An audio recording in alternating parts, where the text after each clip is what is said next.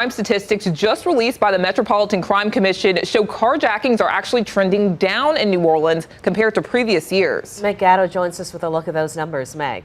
Well, the latest crime numbers show both carjackings and armed robberies were unusually high last year, but now they are below pre-pandemic rates. So far this year, there have been 123 carjackings in the city. Last year, there were 235 total. Now, since we're already in the middle of October, it does not look like we'll reach that 235 number this year. When you go back to 2019, you see that every year after that, we saw more and more carjackings. So this is the first year that we're really seeing a downward trend. The head of the Metropolitan Crime Commission says criminals know they'll face much harsher sentences if they steal a vehicle with someone inside, as opposed to stealing just a parked car. But of course, even one carjacking is too many. Fox 8 legal analyst Joe Responti says this case is certainly unique because of the victim, the district attorney.